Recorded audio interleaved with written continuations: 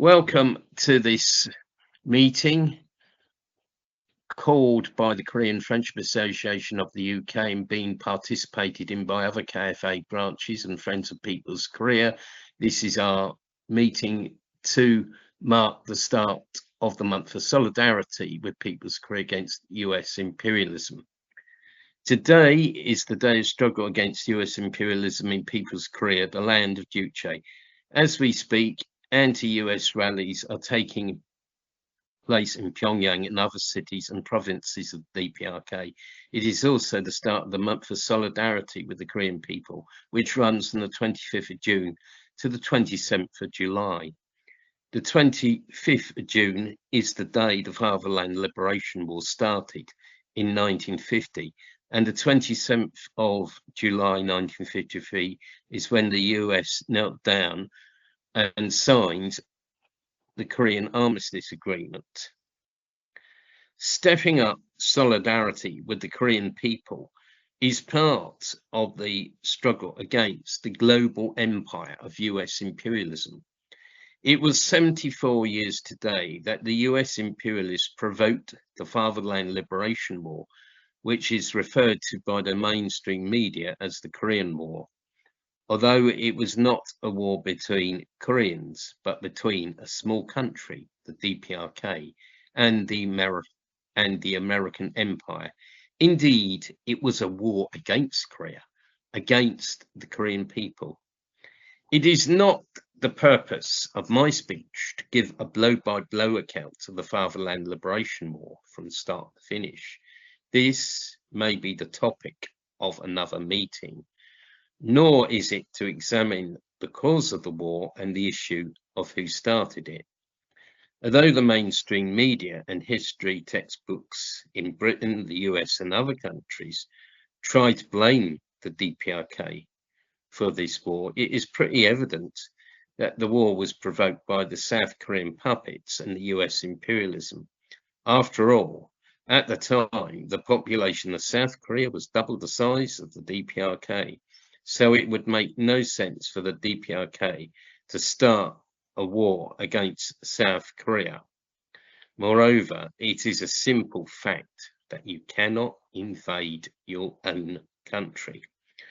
For those interested in reading in detail about this, about who was to blame for the war and how it started, I would recommend the books like The US Imperialists Started the Korean War, which I've just put a link to in the chat, and Distortion of US Provocation of the Korean War. However, I'm going to also tell you an interesting story for anyone who's got doubts. And it was a story told to me by an old teacher of mine. He was the head of the English department at the school I attended. I attended the Montgomery of Alamein School in Winchester, Hampshire. On June 26, he was taking a party of children from his school around the offices of the Daily Herald newspaper, a long defunct socialist daily newspaper in the UK. When they started the visit, the ticker tape, and I'll just explain what ticker tape is, because not everybody would be familiar with this. You know, this was the days long before the internet, and news used to be sent by telex around the world, and you would get a paper tape with news stories printed out. So the ticker tape was coming out, and it said, South Korea attacks North Korea, quote unquote. But a few hours later, when they were concluding their visit, this had been changed to North Korea attacks South Korea.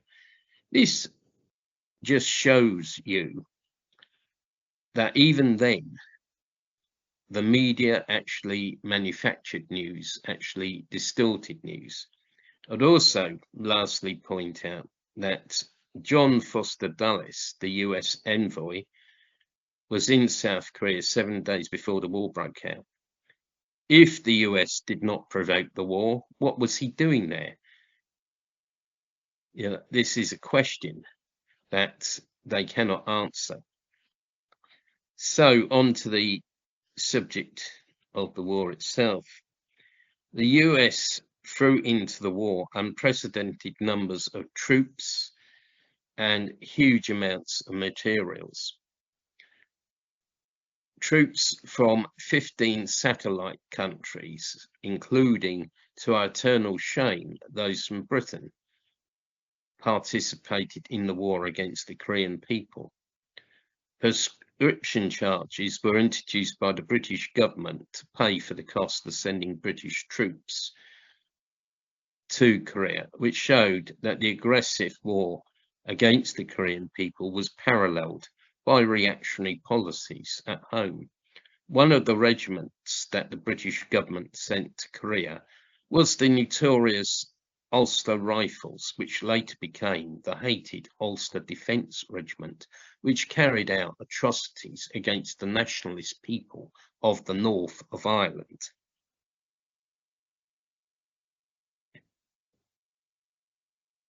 $73 million tons of war materials were used by the US in the war. The war raged on until July 27, 1953, when the US kneeled down and signed the Korean Armistice Agreement. The US imperialists, the ringleader of world imperialism and international reactionaries, provoked a war in Korea in the 1950s by instigating the South Korean puppets to attack the young Democratic People's Republic of Korea. They attacked the DPRK at dawn on the morning of the 25th of June and intruded 1 to 2 kilometers into the territory of the DPRK. The US imperialists were hungry for profits and for conquest. They launched an unjust, aggressive war against the Korean people. They launched a war to destroy the Juche-based People's Democratic System in the DPRK, as well as to destroy socialism in Asia and the world.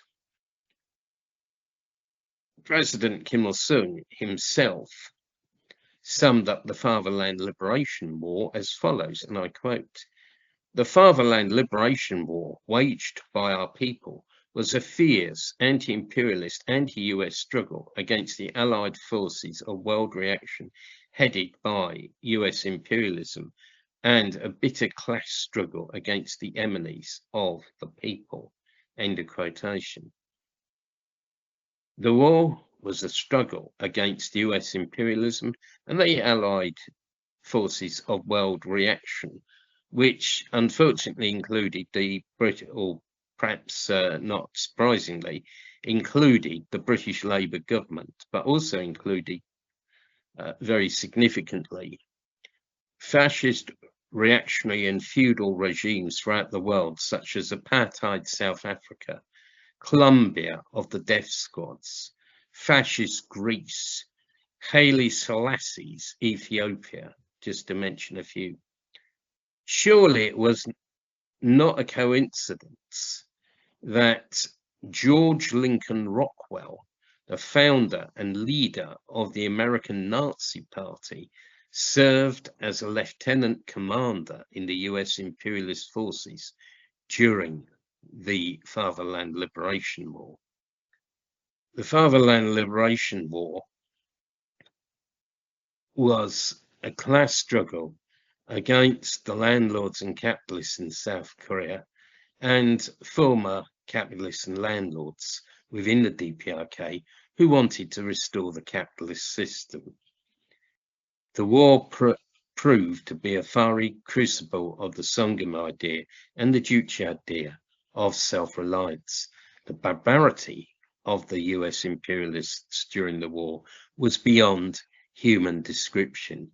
At least 1.2 million people were killed by the US. 35,383 people were murdered by the US at Sinchon-ri, and 1,050 people at Susan-ri, which was 1/3 of the population, just to give a few examples. I myself have visited the Sinchon Museum, which is an anti-US education center built on the site of the massacre by the US troops. I visited it 5 times, 3 times to the old museum and twice to the newly expanded and modernized museum. I've actually met survivors of the massacre by US troops and participated in an international rally at Sinchon in 2013. In 2017, I actually made a speech at Sinchon in which I pointed out, and I quote, "Sinchon stands testimony to the cruelty, decadence, and depravity of US imperialism. The atrocities of the US imperialists exceeded those of the Hitler Nazis." The US imperialists tried to exterminate the Korean people by carrying out the war that they'd long planned. A British conscript soldier, Julian Tunstall, who served in the 1st Battalion of the Middlesex Regiment of the British Army during the Fatherland Liberation War, wrote in his book, I Fought in Korea, which was published by Lawrence and Wishart, as, and I quote, "Officers gave such orders as shoot everything in white and take no prisoners. Since everything in white includes virtually every Korean civilian, it is not surprising that the greatest number of casualties in the war were civilians. I regret that I went to Korea to fight the people," end of quotation. And I think this quote by Julian Tunstall, who was a young British conscript soldier at the time, fully exposes the grave atrocities committed by the US imperialists. Indeed, the war totally exposed the barbarity and decadence of US imperialism. As President Kim Il-sung once said, and I quote, "Engels once called the British Army the most brutal army. During the Second World War, the German fascist army surpassed the barbarism of the British Army. No human brain could ever imagine more diabolical and terrible cruelty than those done by the Hitler gangsters at the time. But in Korea, the Americans have far exceeded the Hitlerites." End of quotation. At the time, powerful solidarity movements were waged in support of the Korean people, and of course the DPRK received international assistance from the People's Republic of China and the USSR. There were many movements to oppose the war, even in the US itself. In the UK, the Communist Party of Great Britain and the Daily Worker opposed the war, as did some Labour MPs to their credit. For example, the famous Welsh Labour MP S.O. Davies opposed the war and was actually expelled from the Labour Party for opposing the Korean War. Protests took place in the US despite McCarthyite repression. In the oppressed colonial countries, the revolutionary peoples intensified their anti-imperialist struggles. In particular, the revolutionary forces of Thailand and Malaya stepped up their armed struggle. All these factors contributed to the victory of the Korean people against US imperialism. Today, US troops continue to occupy the southern part of Korea and threaten the DPRK. The US is carrying out many military exercises against the DPRK, and as I said earlier, only last week, a US nuclear-powered aircraft carrier docked in Busan of South Korea. The aggressive and predatory nature of the US hostile policy towards the DPRK remains even after 74 years, and arguably it's become more intense. That is why we need to intensify our solidarity with People's Korea and to defend People's Korea with no ifs or buts. We hope that this meeting and our picket of the US Embassy on the 29th of June in a few days' time will make a meaningful contribution to the month of solidarity with the Korean people. Thank you for listening. US out of Korea, defend People's Korea. Long live People's Korea. Thank you.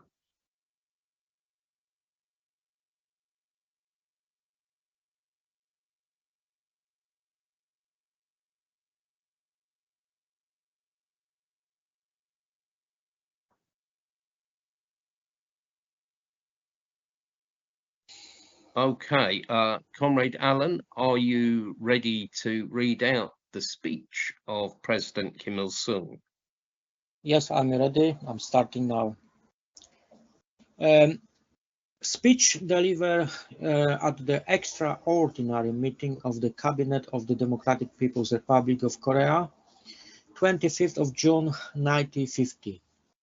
Let us wipe out the invaders by decisive counter-offensive. Comrades, early at dawn today, the puppet army of the traitor Syngman clique launched a surprise invasion against the northern half of Korea along the entire 38 parallel. In order to prevent the expansion of war, the government of the Republic warned the enemy to stop their reckless armed attack at once and declared that if they did not, they would be held totally responsible for the consequence arising from it. But the arrogant enemy are spreading the flames of war. They have already advanced 1 or 2 kilometers into the north across the 38 parallel and are trying to swallow up northern half of Korea on one gulp through an adventurous blitzkrieg. At present, the brave security forces of our republic are fighting an intense battle around the 38 parallel to frustrate the enemy attack.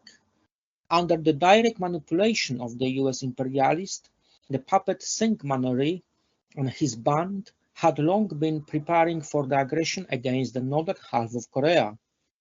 As early as 1946, the puppet Syngman started pressuring young and middle-aged people in South Korea into their aggressive army in preparation for the invasion of the northern half of Korea.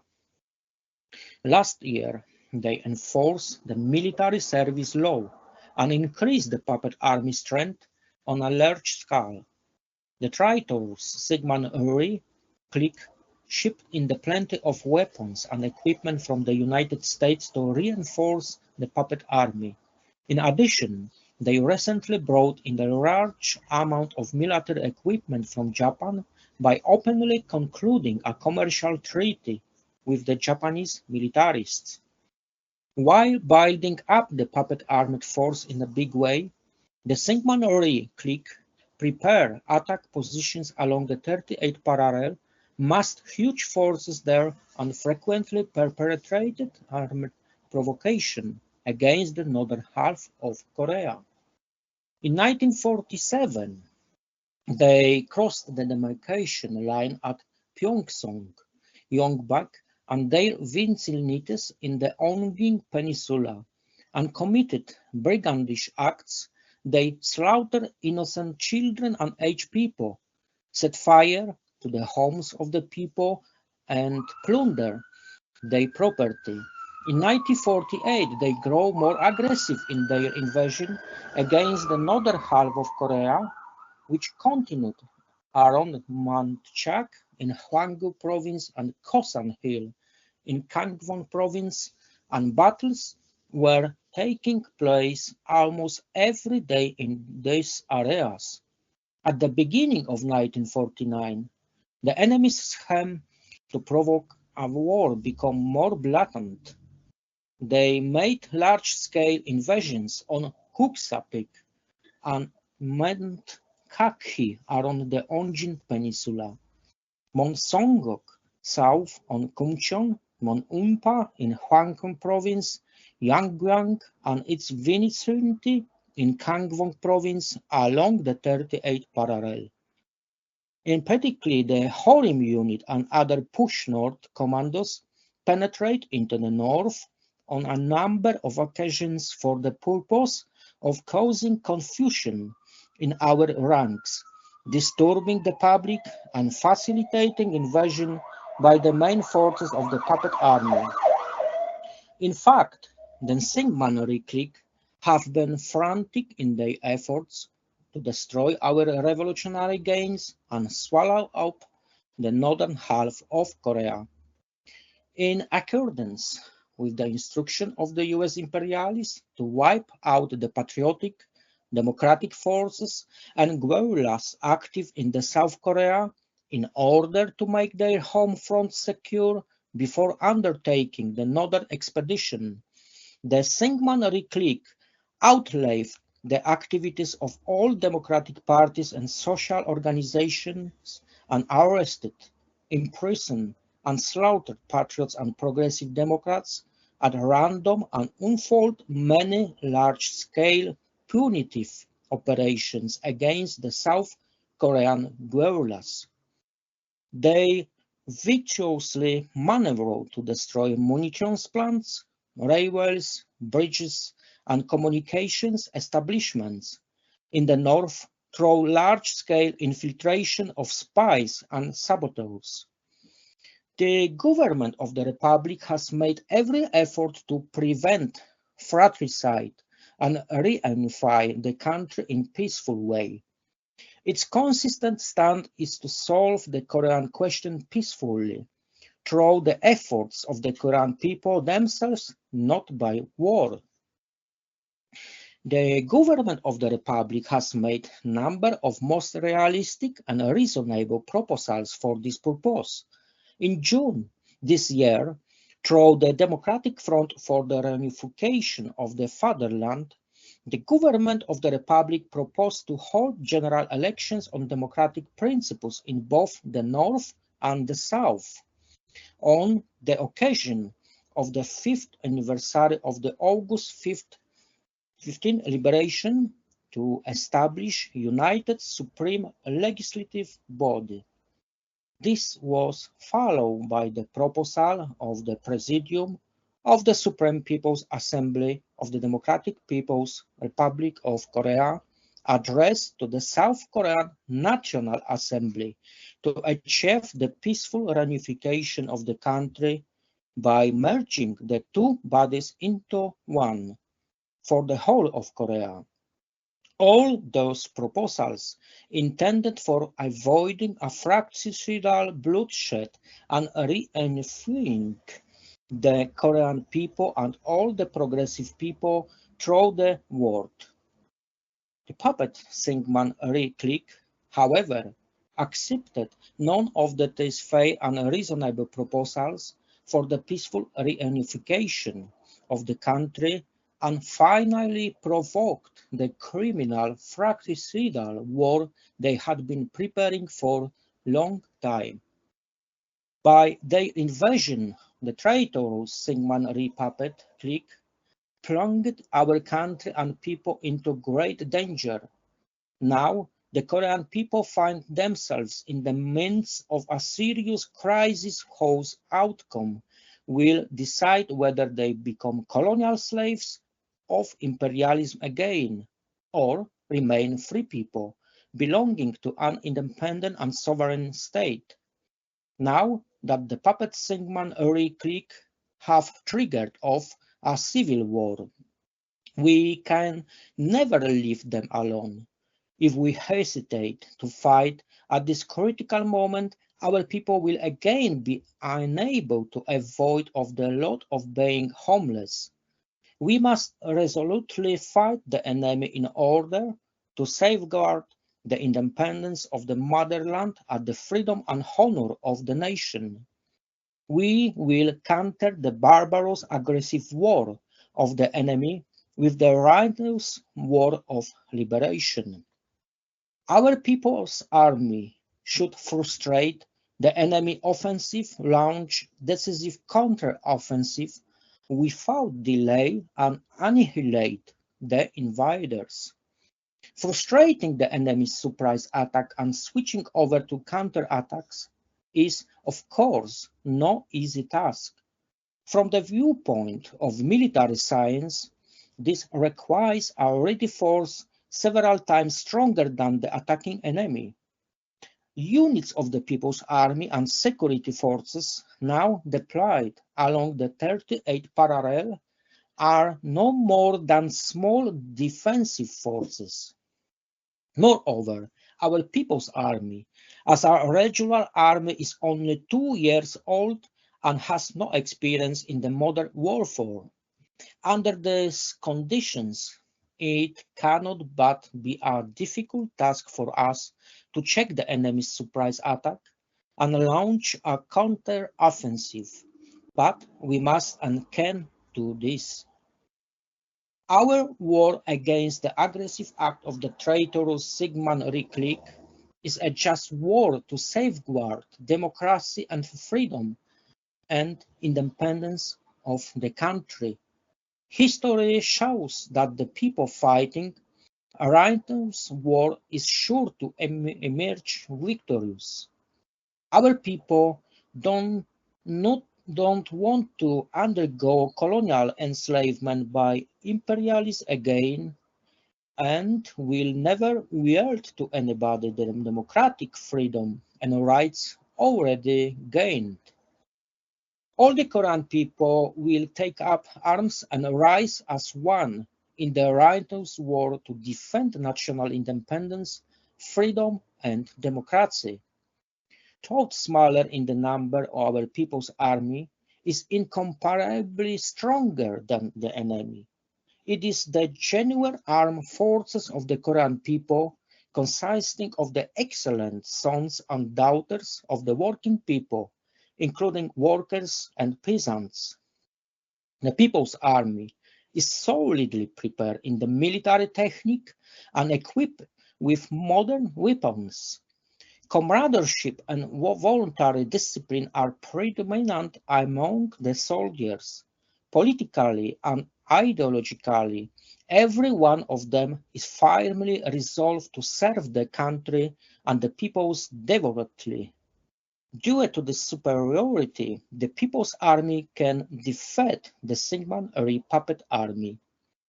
Certain conditions and possibilities exist under which we can expand the ranks of the People's Army within a short time. We have trained the officers and men of the People's Army on the principle of making them the elite of the army, so that they can become cadres with whom many new divisions can quickly be organized. We have solid home front capable of ensuring victory in the war. All the people are closely united into democratic front for the reunification of the fatherland and the government of the republic. The genuine democratic state power is leading the masses of the people to victory. The great united force of our people has been displayed in the building of the democratic country since liberation, and in this war they will prove to be an even more solidly united force by giving powerful support to the front. We also have powerful economic foundations which can produce goods to satisfy the demands of the front. The international situation too favors us. Since the end of the World War II, The international reactionary forces have seriously weakened, whereas the international democratic forces have rapidly grown in strength. In practically the triumph of the Chinese Revolution last year greatly changed the relationships among world political forces. Because of it, there was marked increase in the international democratic forces, and the international reactionary forces were weakened seriously.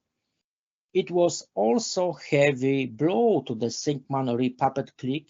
At present, Chiang Kai-shek and his ilk are not in a position to help the Syngman puppet clique.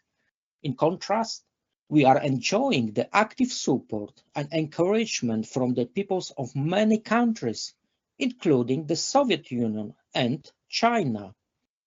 Since we have the party, the government of the Republic, the strong People's Army, the solid home front, and international support and encouragement, we are sure to win. All the people and the officers and men of the People's Army must rise as one, firmly convinced of victory in the great sacred war of the annihilating the enemy. The Ministry of National Defense must quickly send reinforcements to the counter-attacking People's Army units on the front, so as to increase the momentum of their advance. Officers and men of the People's Army should display to the full unparalleled bravery and mass heroism in the battle of fight courageously, devoting all their efforts to it. The party, state and economic bodies should place all their work on a war footing and mobilize their entire forces for winning the war. The State Planning Commission should adjust the current year's National Economic Plan to the war circumstances and slash capital construction to the minimum, so that every effort in all fields of national economy is concentrated on meeting the material need of the front. All ministers should take measures to render material support to the People's Army. The Ministry of Industry should ensure a massive production of munitions. The Ministry of Agriculture and Forestry should provide the front with sufficient staple and non-staple food. The Ministry of Transport should carry in time munitions and other supplies to the front. The Ministry of Communication should guarantee prompt and accurate communication between battle and home fronts.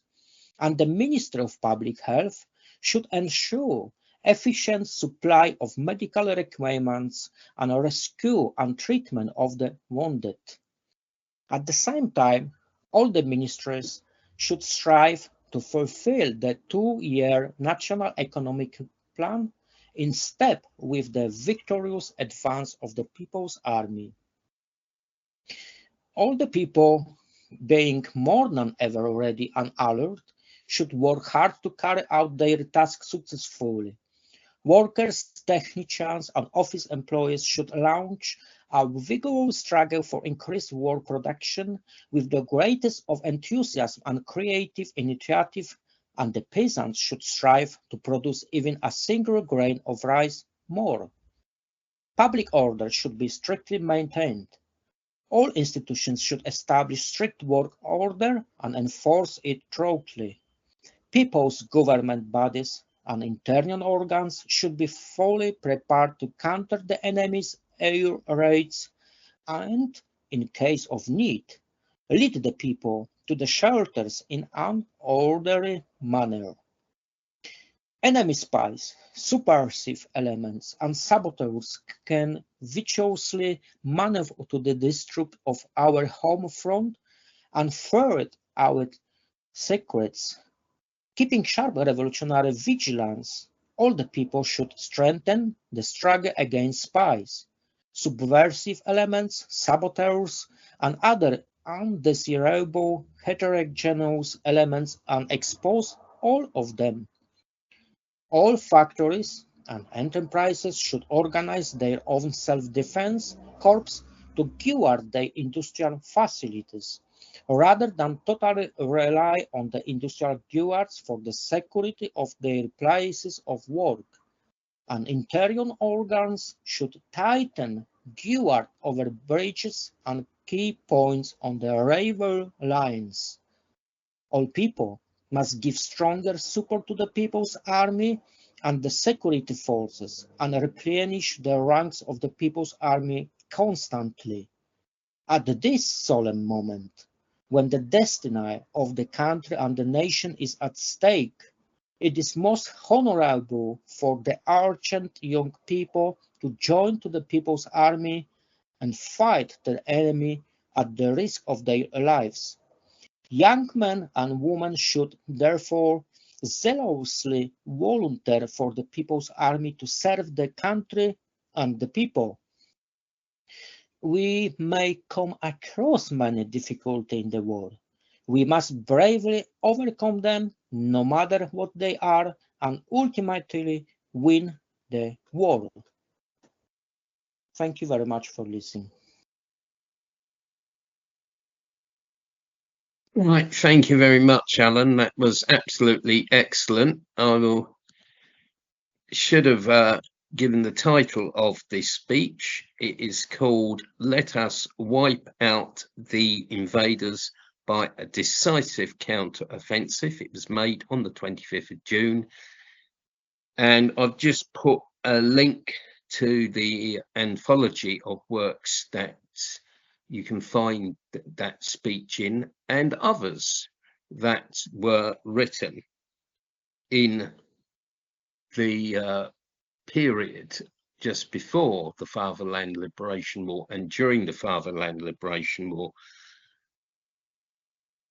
Okay, I would just ask if there's anyone else who'd like to speak, like to make a contribution, please use the hand icon to indicate you want to speak, and we will call you to speak. I mean, we've got people from different countries and indeed from other KFA branches, so if anyone wants to make a short contribution which would be focused on the theme of the meeting, please do so.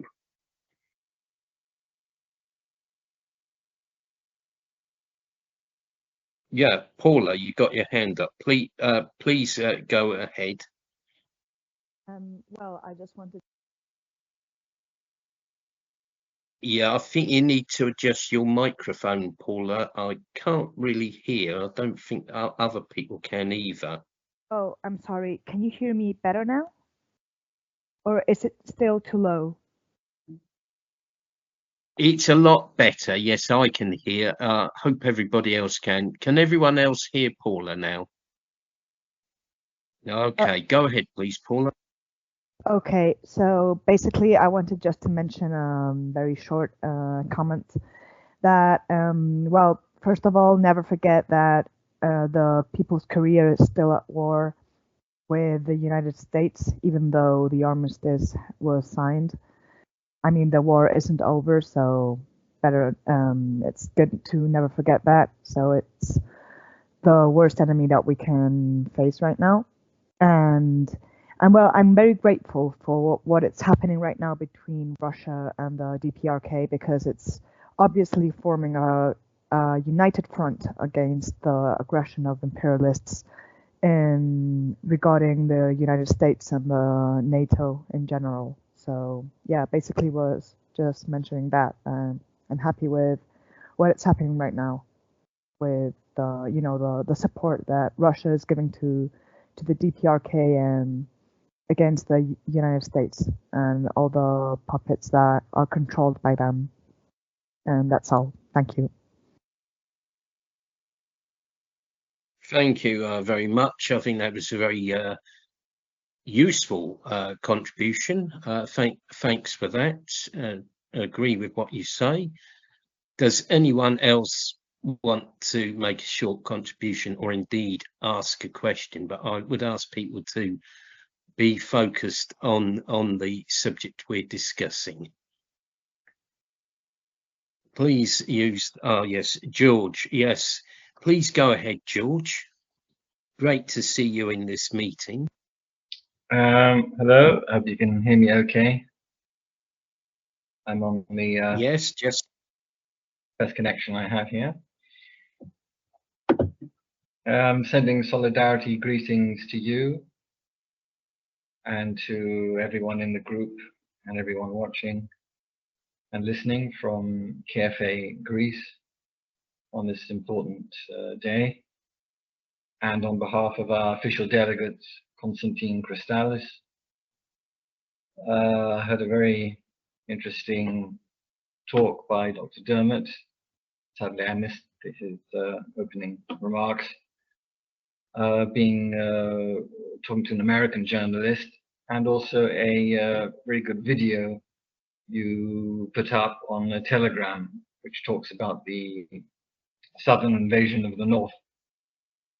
I think we'll continue to see more anti-imperialist actions against the US as time goes on. Even today, they were dealt a blow in the release of Julian Assange, which after years of chasing after him, he's managed to get some sort of freedom. But for today, and I think we were speaking about the Russian visit of the president to Pyongyang. This shows how other countries see the DPRK as a vanguard and as a way of basically obtaining not only munitions but help and, I dare say, advice on how to handle these confrontations. And the world sat up and took notice, as they did so many years ago today, in 1950. They are taking notice now, and it shows a certain amount of fear, which isn't always a bad thing. The DPRK has the capability and has the friends. It's not isolated, and they are progressing onwards and upwards in technology and in hopefully nuclear technology as well as rocketry, to defend themselves against any provocations, especially from the south. That's all I wanted to say.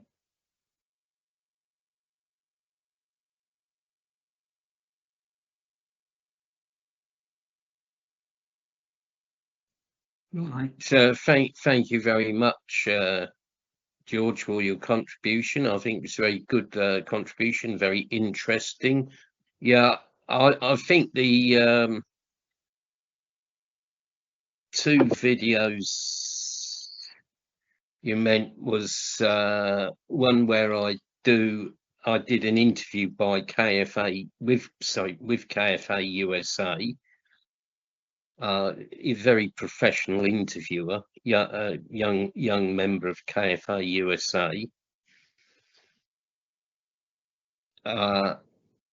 and also the live stream I did. I also, put both of those in the links. I try to do a live stream every 2 or 3 weeks, and of course I'm happy for other people to come on the live stream with me, but not everybody's got time.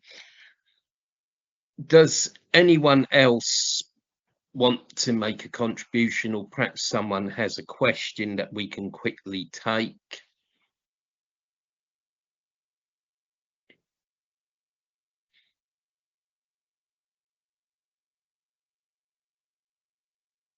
Okay, well, if there's no contributions or questions, what I'm going to propose, if I can find it, I'm going to put it in the chat.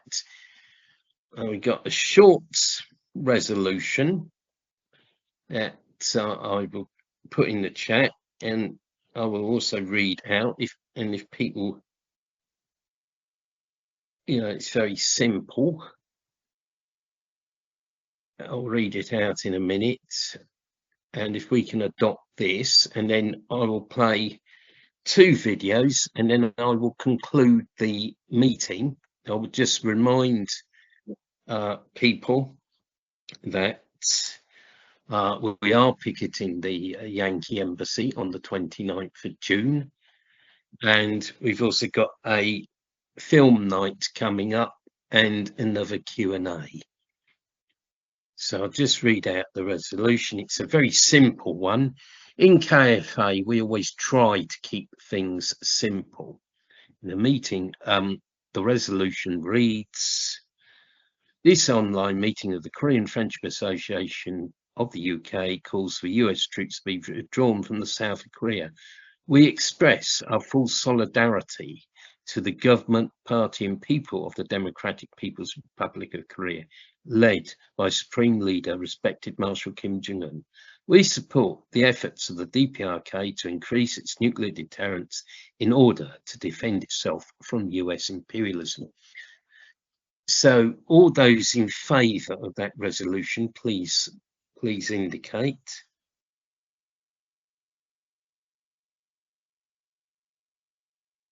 Right, okay. Is there anyone against? Anyone against? Abstentions? David is in favour. Great. Okay, well, I'm hearing no opposition, so that is carried. And what I will do now, I'm going to show a couple. They're not long. That it will take us up till 8 o'clock when I will close the meeting. The first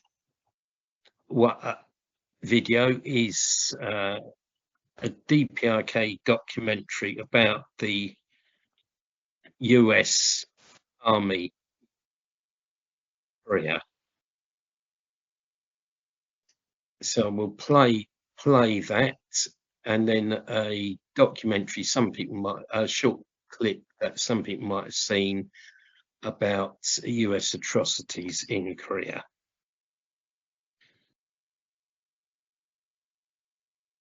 So just I'll just share the screen.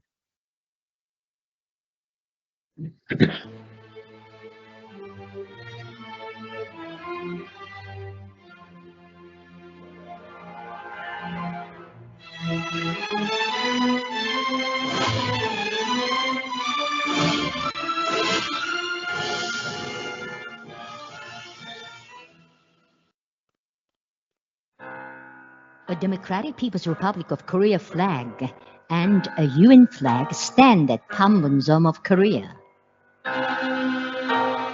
Having an ignominious defeat in the Korean War, the US imperialists signed an armistice agreement in the name of UN forces. At that time, however, nobody imagined the UN flag would stand for over 60 years. During the period, the Democratic People's Republic of Korea became a dignified member of the United Nations, and most of the countries that had participated in the Korean War established diplomatic relations with the DPRK. The United States, however, does not disband the UN Forces Command in South Korea.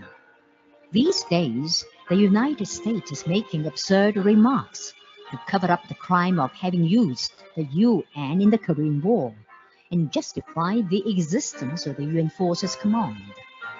In July 1950, the US reorganized the US Far Eastern Forces Command into UN Forces Command for the Korean War.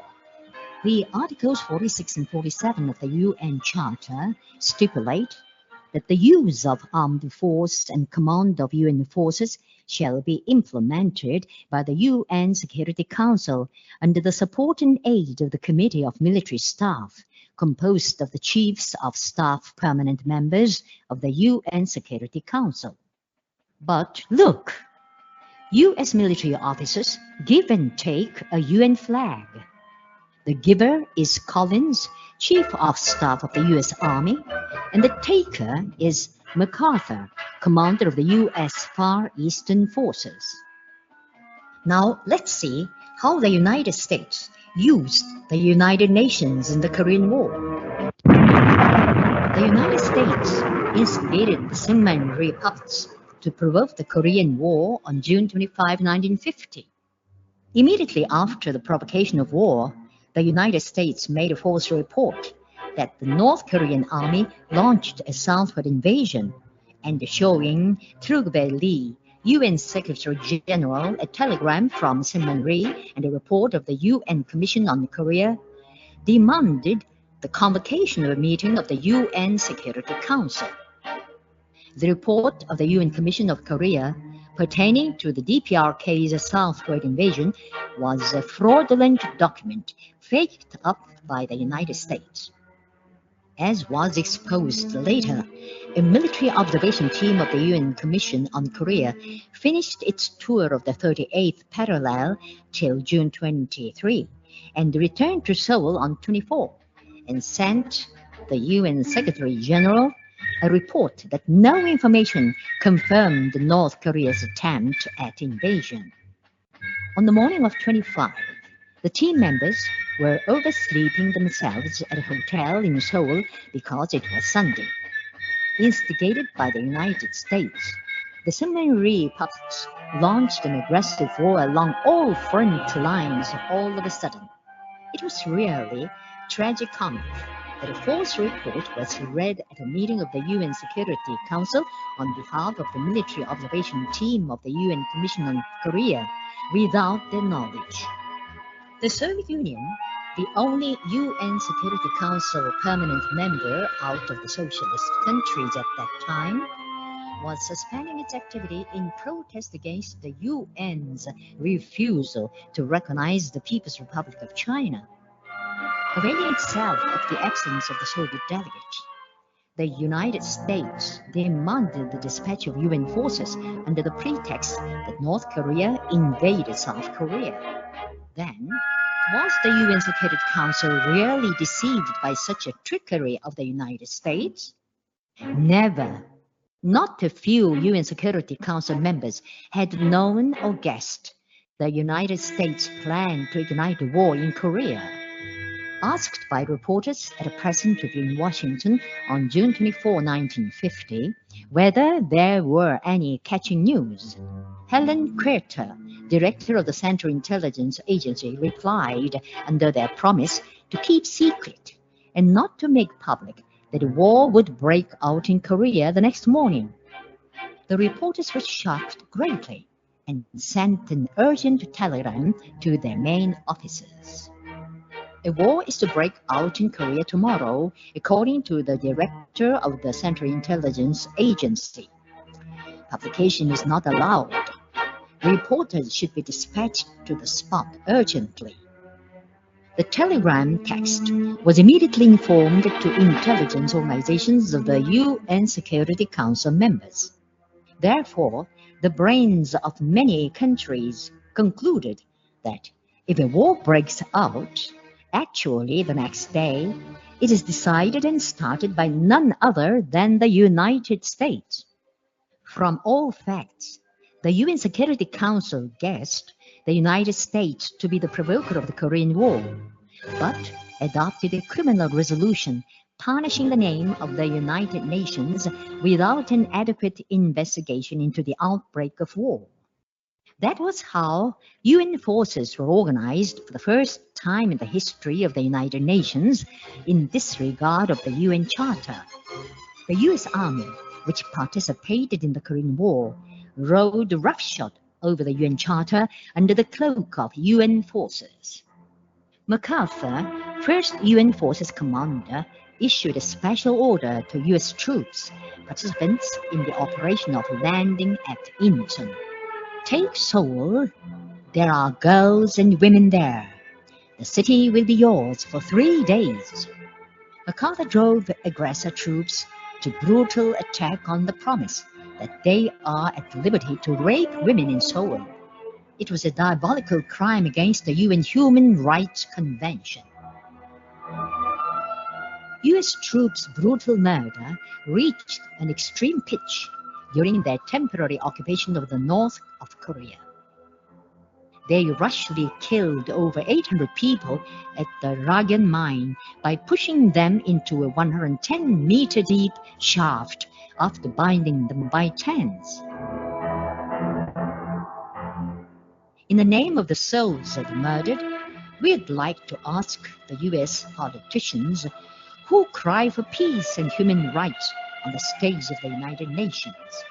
US troops bound the innocent people and threw them into a vertical pit over 100 meters deep so that even the bodies could not be found.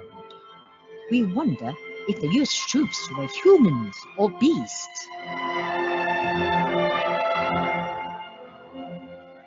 The US Defense Department in October 1951 ordered UN Forces Commander Ridgway in Tokyo to use germ and chemical weapons on a large scale in the Korean front.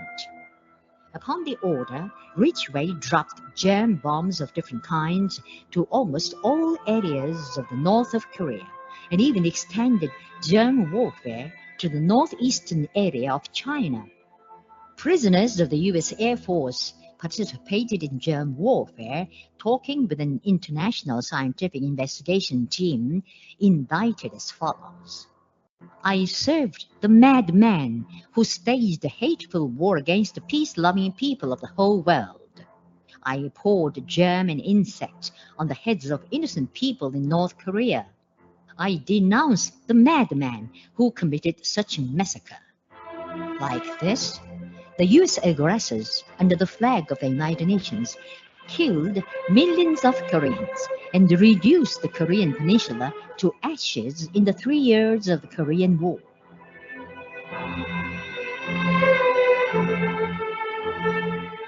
The United States even had conceived a barbarous plan to drop on the Korean peninsula 8 bombs twice as powerful as that on Hiroshima.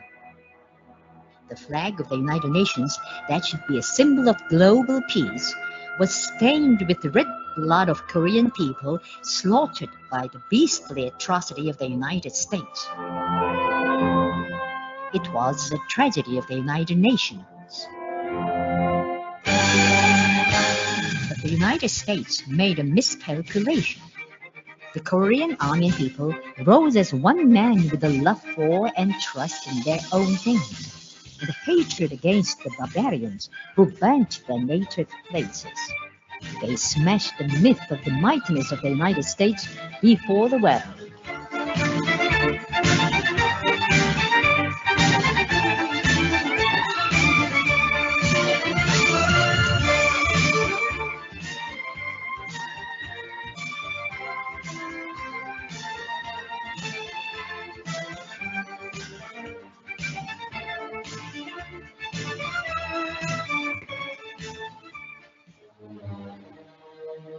The United States, instead of learning a lesson from the defeat, has pursued a policy hostile to the righteous Korean people for over 60 years.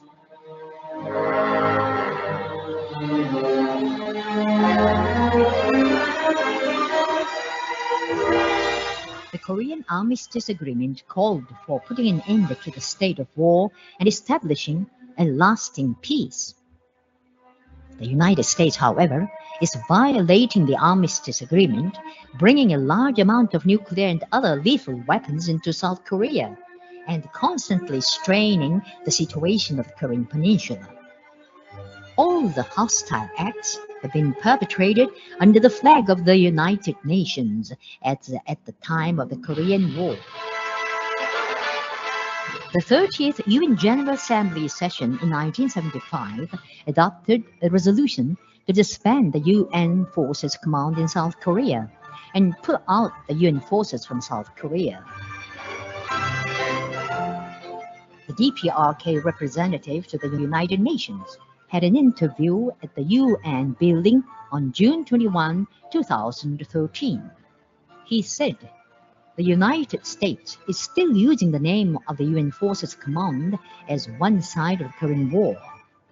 It is a result of anachronism and a disgrace of the United Nations.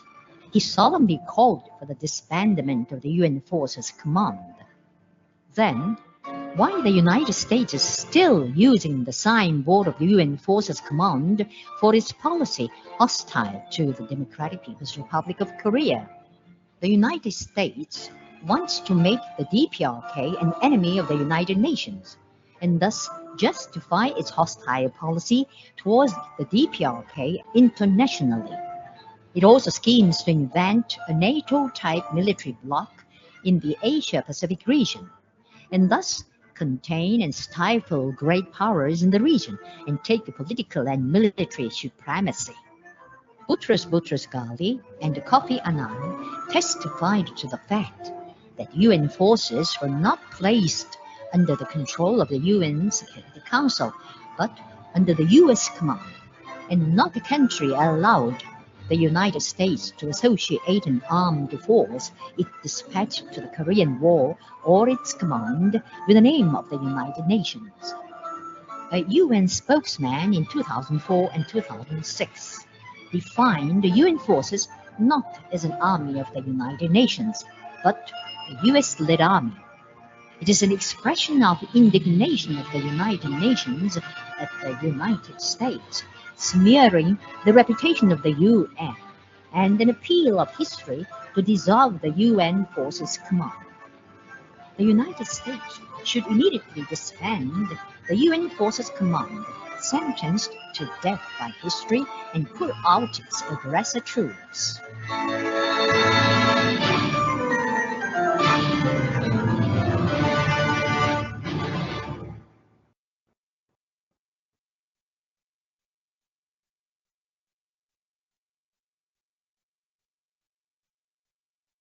Okay, we just have one more clip. It's not very long, just 1 minute, and I will share it.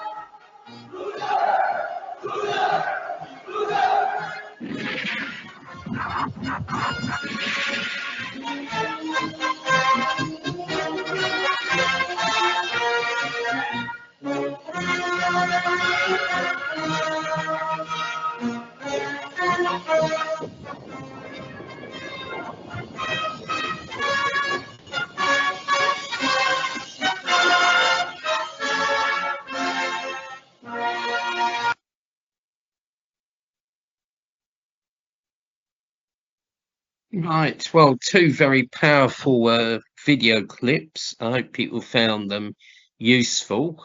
And I think today there are many anti-US rallies taking place in Pyongyang. I hope the footage will be available from KCNA later, either tonight or tomorrow morning. And I'd also point out there's a good video on the DPRK Rudon Simmon's site, which I'd been trying to download for the past few hours, but unfortunately it seems that I'm not able to download it. Okay, so if there's no more questions or comments, I'm going to close the meeting. Just remind people, or at least people based in the UK, we're going to be picketing the US Embassy on Saturday afternoon. That is Saturday 29th of June. We need to mobilise to get a good turnout. We need to start sharing this event on Facebook, on Telegram, on Twitter. We need to get it shared as much as we can. Just looking in the chat, Comrade Marta is typing something. So just wait and then we will close the meeting.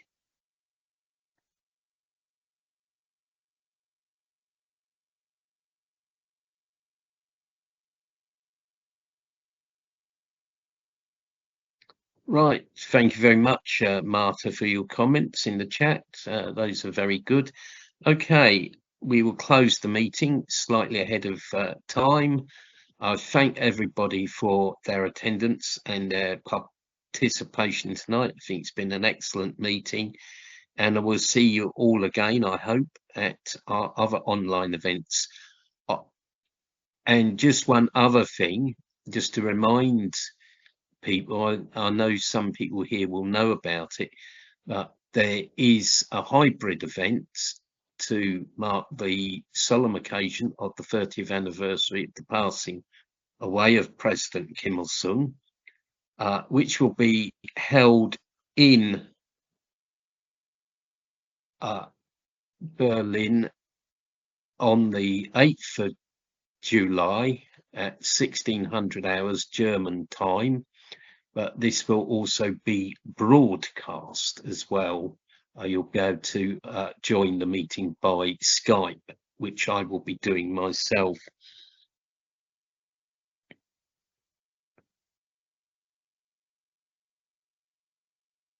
Just to answer Victor's point in the chat, yes, we can try and publish it through lulu.com or through another publisher. Yeah, we'd be happy to publish that, and I'll be discussing it with Alan. Okay, well, I think we've had a great meeting, so I wish everybody a good evening and see you at the next meeting. Goodbye now.